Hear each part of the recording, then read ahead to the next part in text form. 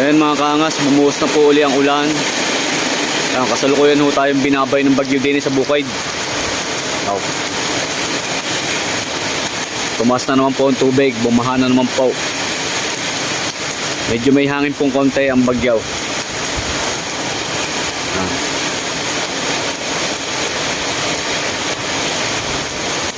Ayan mga kaangas, hindi pa po nababa natin tubig, ay umulan na po uli. Tumaas na po uli mga kaangas.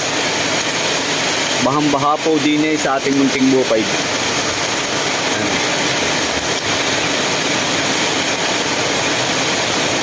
Sobrang lakas uli ng ulan.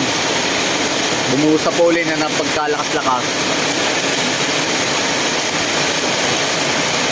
Yan, mga pananim mo natin, ibahin na tumbak. At yung hong ating mga pinunla ay barahilo ay naabot na nadala na ho ng tubig yung mga katatanim lang natin.